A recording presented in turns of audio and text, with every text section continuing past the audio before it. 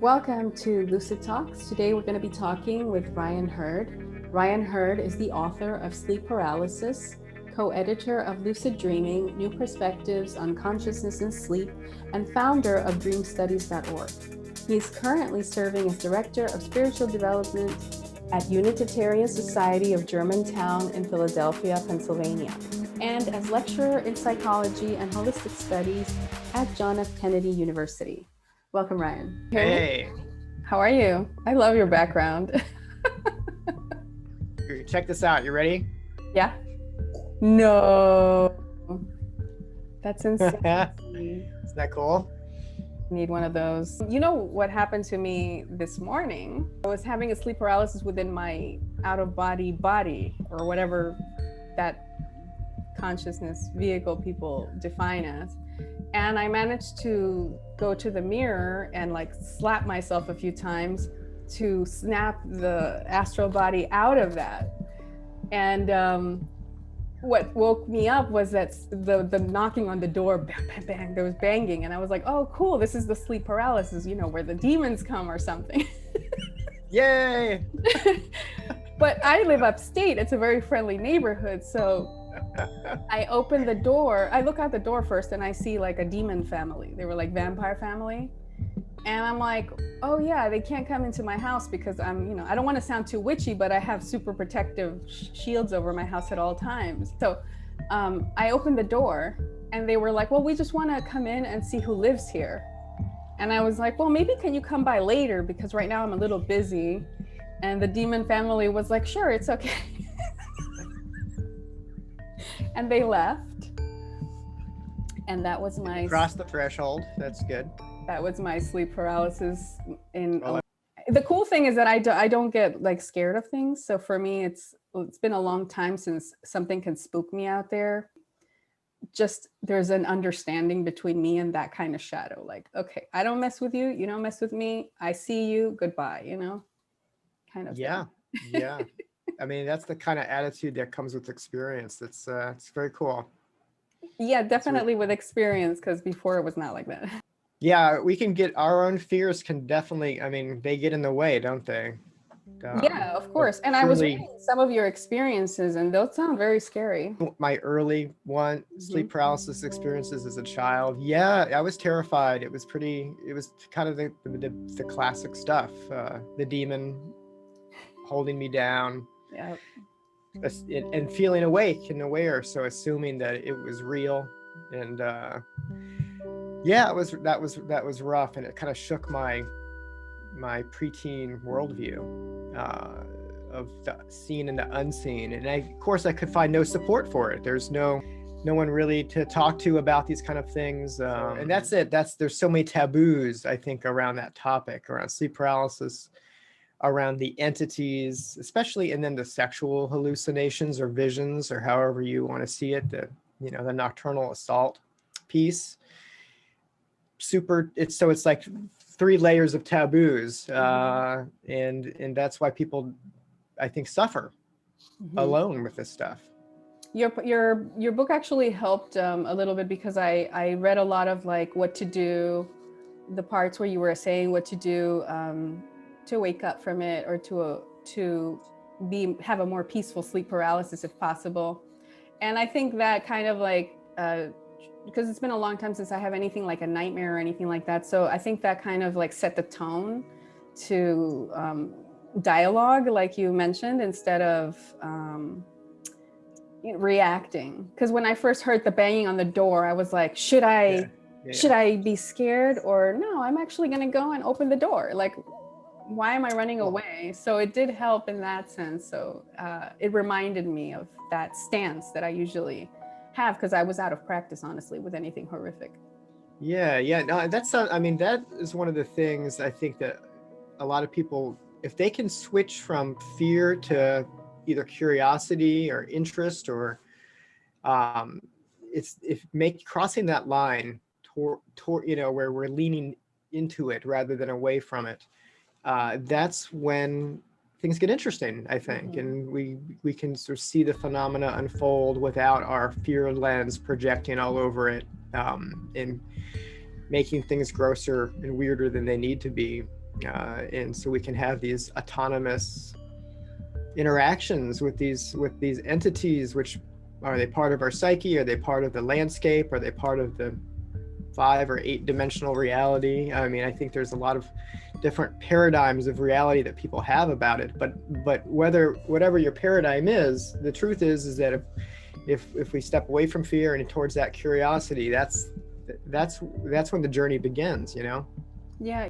What got you into really focusing on sleep paralysis, you know, as an adult and writing books about it? What about it like draws you in? Yeah. Well, I still as an adult have these experiences occasionally. I think I had it last night, actually. I'm realizing now, I just remembered that I was in my recall, I heard a noise because I thought the kids were up or something, and I tried to move in the bed and I couldn't move, and I felt like a blanket was on me. I'm realizing now, oh, that was probably a sleep paralysis, in the sleep paralysis dream space. So anyway, I mean, because I'm a light sleeper and, you know, prone to these experiences, they come and go on their own trajectory. It's related to my own internal like anxiety, as well as just what's going on around me and how I'm treating myself. So, you know, I use sleep paralysis as a kind of a red flag of, oh, I need to do more stress reduction, or I need to get out in nature more, especially if it's the negative, if it's fearful. And I'm just in those fearful spaces.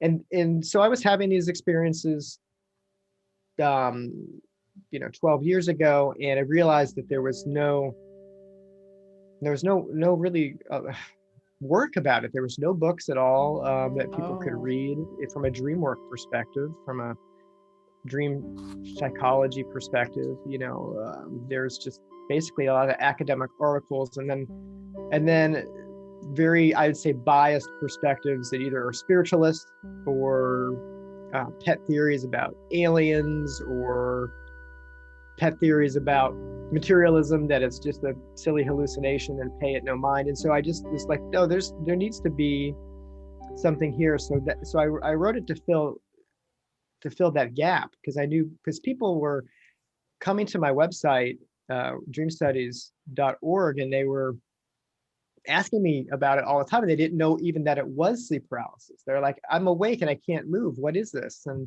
I found myself answering the same question over and over again to readers.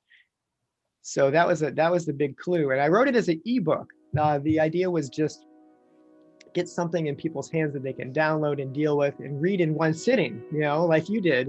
Really, the idea was to create something that was useful, with the most useful stuff first, about like getting out of sleep paralysis and how to prevent it. Like that stuff is, you know, it's structured. Right, it's structured to move people for depending on where they are in their journey,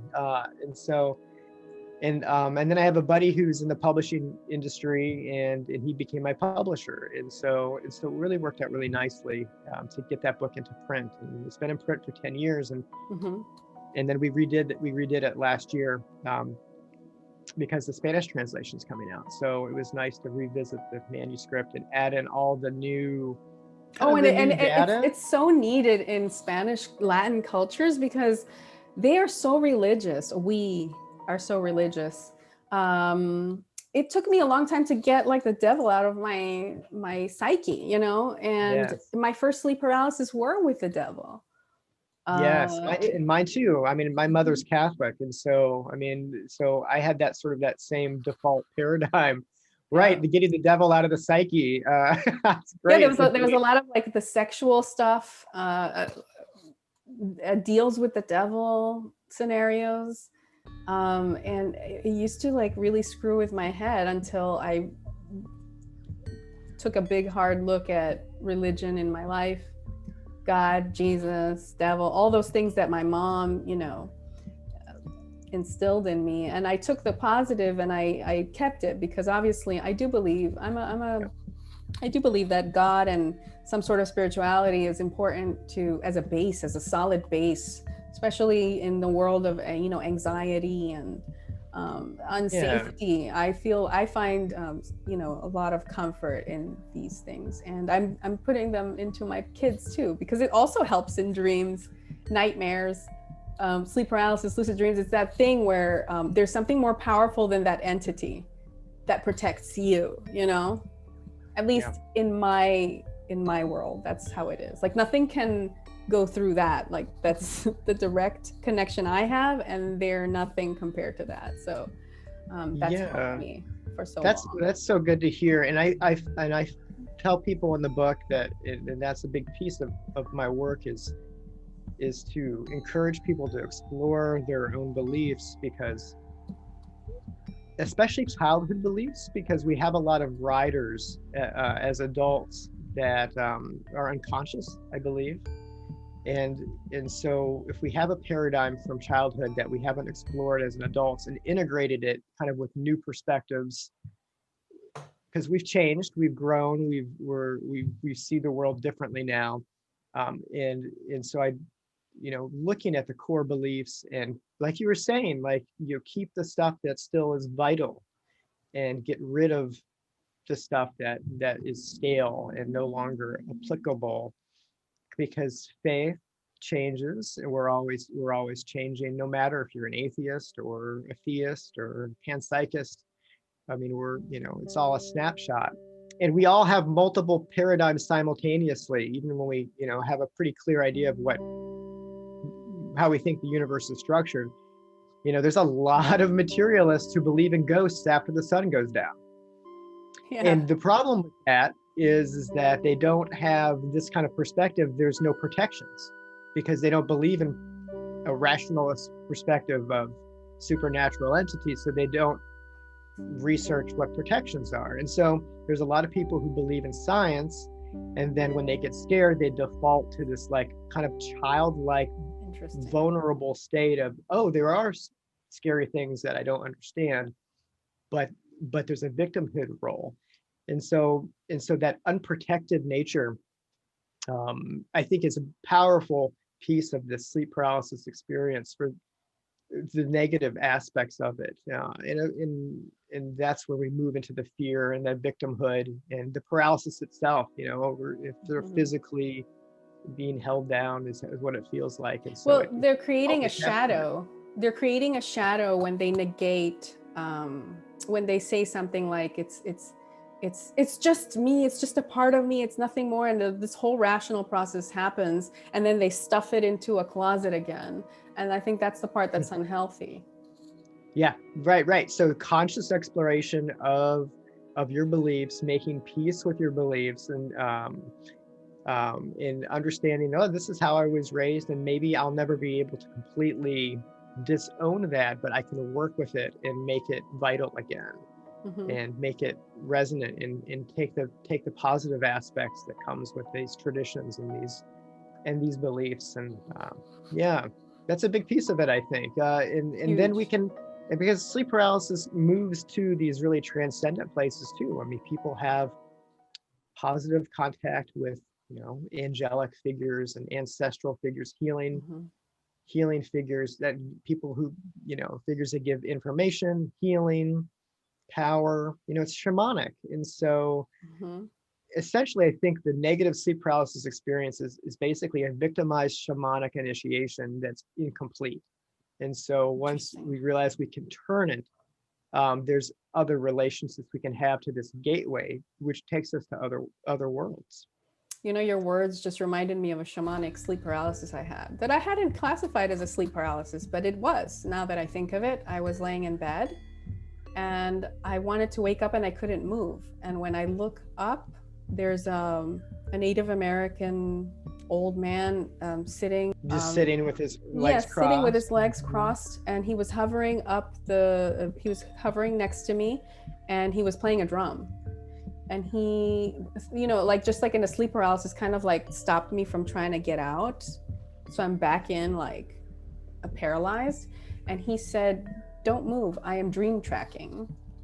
And I relaxed and I went back into sleep, but it was not a normal sleep paralysis. Another entity sleep paralysis was, this was a funny one. This one made me laugh. I was not able to move, and then my son, or the figure of my son, was jumping on me saying, play, play, play, play, while he jumped on me, which is what he does.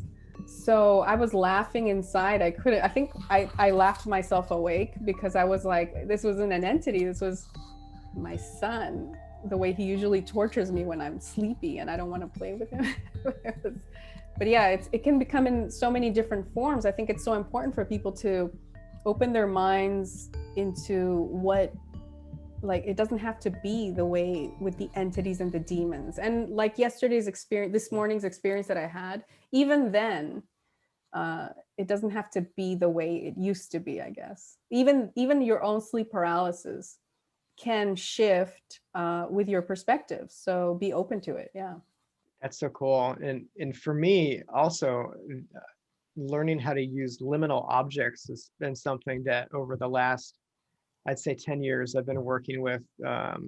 Obsidian, for instance, as a stone that when placed can, it's easily retrievable into dream space. It's easily remembered that protection is there.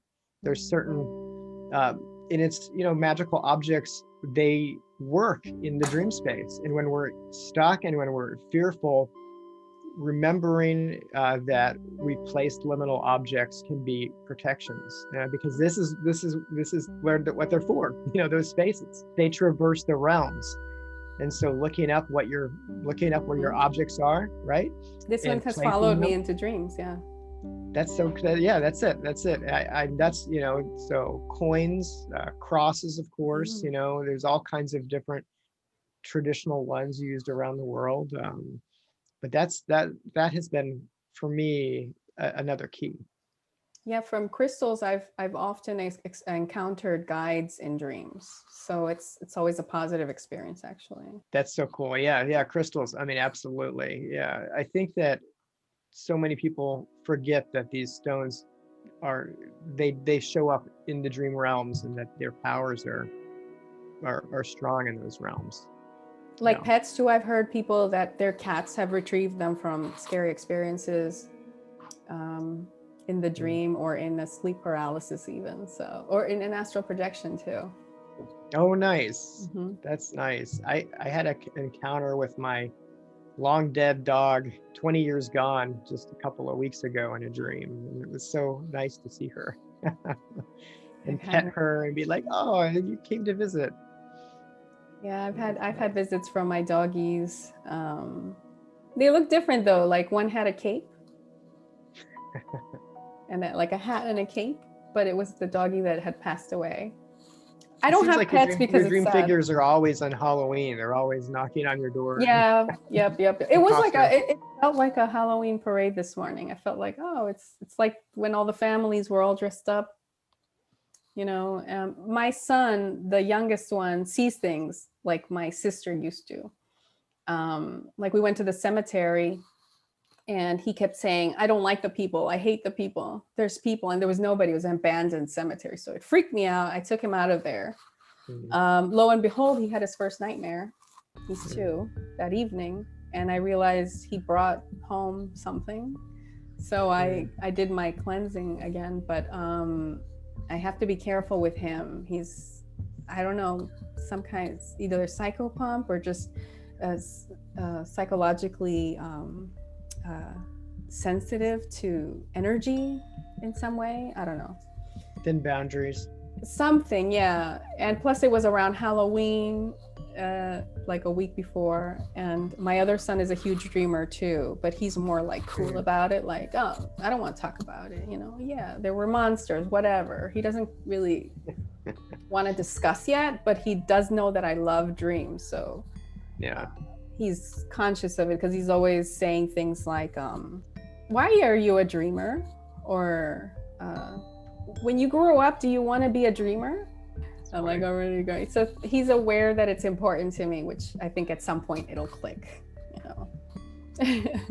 Kids are such natural dreamers, and they're ready to do the work. They can move, and we can help them move through their nightmares just with a little bit of conscious attention.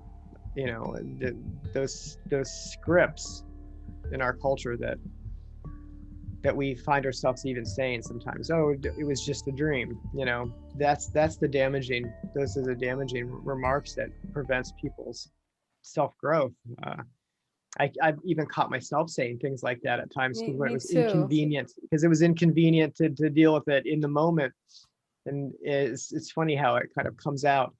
But when I've worked with kids in their dreams, they're so into it. Even the nightmares, the scariest of the nightmares, are just energized by the being able to interact with it and be in relationship with that energy, and they're able to make shifts. And yeah, it's so cool.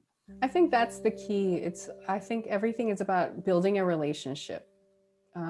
And part of building a relationship with yourself is building a relationship with the things that scare you, with the things that you love or that you think are impossible to grasp.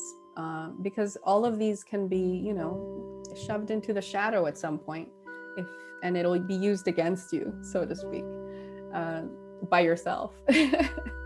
So that's the part that I think has helped me recognize, is that it's me, or it's something I'm allowing, and therefore we can all sit down and have a conversation, without the fear. The devil evolved in my dreams, and now the devil is not so scary when the devil does appear, because he still does. He's more of a marketing salesman, like showing me PowerPoint holographic presentations of why I should follow him. That's about right. Yeah. And like I decided to write my book a long time ago. It's for the future, but it's a slow process. And that night the devil showed up and showed me authors. He's like, oh, look, this one came with me. This one came with me. This one came with me. And they were all New Age. Some of them were New Age authors that I knew, and singers that I knew. And I was like, well, I'm not interested in that message. I don't want to do it. So thank you for your presentation, but I'd rather just do this on my own. And he left. And then I woke up laughing. I was like, that was definitely not the devil that used to visit me in the past. But it's been a few times when it's like this, where it's more like, oh, it's the devil. Oh yeah. My repetitive figure was a clown figure, and yeah. Lucky you. Yeah, the clown, and a lot of that stems because I watched the movie Poltergeist when I was very young, and the clown figure of Poltergeist just ripped a tiny little hole in my psyche and burrowed right in, but there's a train. Do you hear I hear it. That's nice. I love the sound of the train. The clown, eventually. Oh, that clown. Eventually the clown, we became friends. The last dream I have of the clown, we played a game of badminton together. Oh, interesting. And we were friends after that. I don't know. I guess badminton heals all wounds. I'm not really sure.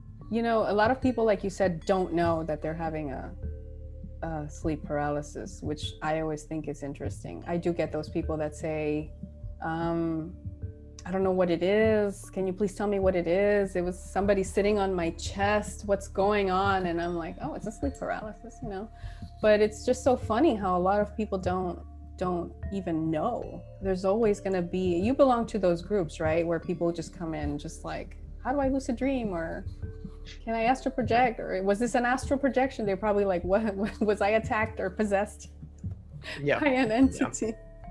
Yeah. Yeah, well, the Facebook group on sleep. So I have a couple of sleep paralysis groups on Facebook. One of them's got 20,000 members. Wow. But mostly what people do is they come in and they tell their story, and then they're more or less inactive. And then a few people stick around and actually are active. But a lot of people don't want to hear it. They don't want to be helped. They just want to share their experience and be told that it's true, you're being haunted by demons. And so it's difficult as an educator to help people who don't want to be helped. And so, you bring a horse to water, you share the information, you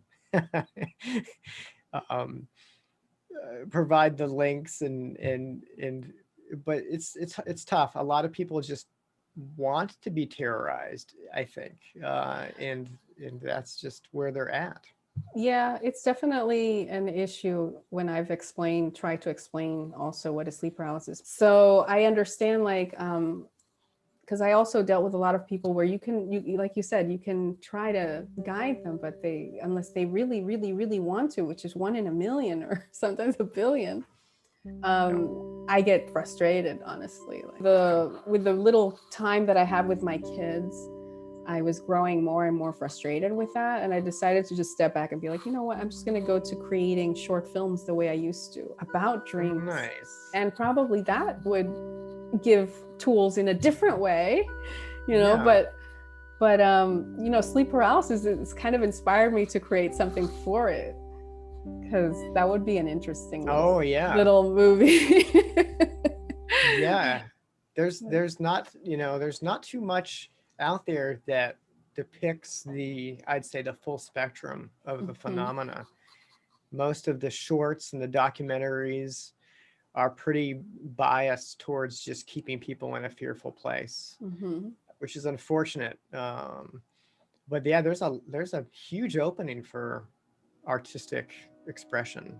Well, and just I think doing art in itself, of course, has this is healing, and there's some stories that I've seen, particularly with sleep paralysis, where people use their art to transform their experience, and they didn't set out to do so, but that's what happened.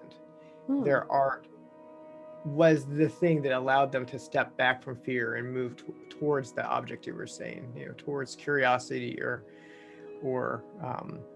enthrallment, sort of reanimation, I guess, of the world happened. The enchantment of the world happened through the artistic process. And so, well, dream work is also it's an artistic part of our brain, or what they call, I guess, creative imagination. Revisiting a sleep paralysis in a visualization would probably be, like, for me, those things are also artistic expressions, because they make you use your imagination once again to reanimate everything, and then you're in control in a way. Yeah, and the cool thing about it is that it also takes that surrender aspect, where, like, we think we know where our art is going to go, and then something is awakened in it that is brand new, and the daemon or the demon comes, that genius sort of aspect that's exterior to our own wishes comes through the art, and that relationship is transformative. And that's how I am with writing. Writing to me is an art, and definitely. And I mean, I write some things publicly to explain, but for myself, I write to explore, and it's self-discovery is what makes writing so excellent. I love your writing. I mean, I always look forward to anything you write. Oh, thanks. You're probably one of my favorite writers out there. Seriously. I'm always like, when is Ryan going to post something? When is Ryan going to remember to post something? That's okay. No, even when you write for anywhere. I used to also read what you would write for, what was that? Amy's page back when it was. Oh yeah. Old school. Dream Tribe. Wow, that was such a rich community, such a rich time. I was so sad when it ended. Yeah, me too. It was so good. And Amy's on a healing journey now, but the Dream Tribe, for those years, that was 10 years ago, and we were active for probably 3 years, maybe longer. It was so creative. It's so generative. It was. I think it was so unique. It still hasn't, like, there's still nothing like it today. Absolutely, especially the ancestral pieces to it. And so, like, ancestral dreaming, that topic. Yeah, I think those blog posts could be made into a book, and it would just stand on its own, honestly. Yeah, I was always looking forward to those posts. You were in California, what years? I was in California from about 2003 to 2010. Oh, So I was there uh, until 2011, 2012, from oh, 2007. okay. But I was did you have a dream mentor?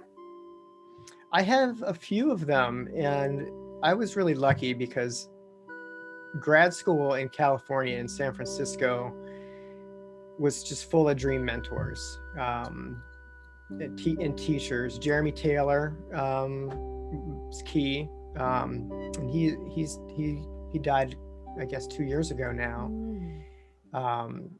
And Fariba Bagzaran, still located in the Bay Area. She's a lucid dreaming scholar and an artist. And if you haven't seen her work, she goes into her lucid dreams and has these non-dual experiences and other kinds of she goes to some very interesting realms. And then she does textured paintings and all kinds of works that the Lucid Art Foundation is her website to check it out. Some of her stuff is there, but also a lot of the artists that they invite in to stay on their property up in Point Reyes to do artists retreats. Wow. It's a really phenomenal consciousness and art. Really learned a lot from her as well. One of my hugest mentors is Kelly Bulkeley, who has written a lot of books about dreams, and I really always appreciate his work. I could go on. I had so many mentors, and a lot of them are now my peers, and I work with them. We write together. Scott Sparrow and I work together now. He was someone who I had been reading as a teenager, and he's now still active, and we've done some galantamine research together. And that was really a lot of fun to move into those spaces, to do some quantitative work and move the galantamine case forward, because it was kind of stuck basically and needed a push. And we did a really, I think, just this is a small study, but we determined, a lot, that galantamine is effective for lucid dreaming.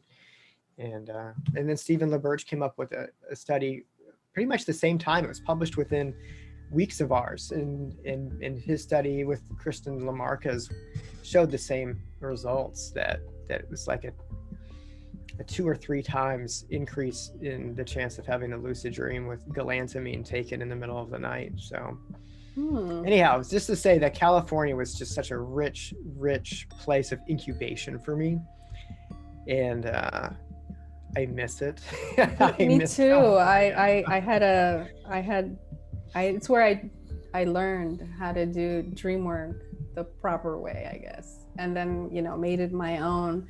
But it's where I also started my dream group when I had it, Dream Pioneers. And over there's so many dreamers. I mean, there's nothing like it. California is having community is key. I mean, one of the things I did when I got to grad school is I did a self-study on my lucid dreams. This is about 2 years into school. I did a self-study on the lucid dreams I had before I went to grad school, and then the lucid dreams afterwards, and I did an analysis of their emotions. So this is like a phenomenology thing. And so I was just basically like looking at what were the emotional words used in my lucid dreams of these 2 subsets. Basically, when I was isolated, working full-time, versus being in a community of dreamers. It was so clear that when I was in community, and that my dreams were so much more positive in emotional tone and transformative and healing, whereas I had many more like negative tones and nightmares when I was isolated. And I mean, that's just was my experience, but it was my window into this reality that community really matters. And if you can't, we're all a little isolated right now. So online community kind of is what we got. But when we can meet people in the flesh, it does something extra. It's special. I know. I was so bummed out when we couldn't meet. Yeah, everything's been shut down. It's terrible. We canceled our Thanksgiving plans as well. It's just like everything's on hold. Yeah, I think our time is up, but how can people reach you or find you on social media? Well, so my website is dreamstudies.org, and although I'm not blogging a lot there, I've got a lot of articles and links to my books, and my Lucid Talisman line is there, which are my dream coins. And so that's kind of the portal, I'd say, is dreamstudies.org. And I'm writing for Lucid Hive, which I really enjoy because it's keeping me fresh, and I really enjoy being part of that community. So I'd say those are the places to start. Mm-hmm. Are you, do you do anything with IASD? I do, yeah. I'm a member of the International Association for the Study of Dreams. I have been for, I guess, 15 years now. I can't believe it's been that long. Wow. And they just had a really awesome lucid dreaming online conference. They did great. We raised a lot of money for the organization. We had 200 members, or 200 people came to the conference. Nice. It was online papers in forums. It was kind of old school, but we were able to push through a lot of content. And people, it was very transformative. What I'm understanding is a lot of people had their first lucid dream and their first out of body experience and stuff like that. So yeah, that's a great place to go to if you're looking for a community. Mm-hmm. Yeah, well, this is always, it's fun to connect, and we should do it more. Yeah, I think definitely. I could just talk with you all day long. So yeah, yeah, I feel very, very comfortable talking to you as well. Well, have a good day, and I'll talk to you sometime. Sounds good. And Take thanks care. a lot for your time. I mean, I know that time for parents is gold. Oh my gosh, right? Especially these days. Yeah, no, today's sort of my day off. So yeah. Nice. Well, enjoy. All right, take care. Take care. Bye.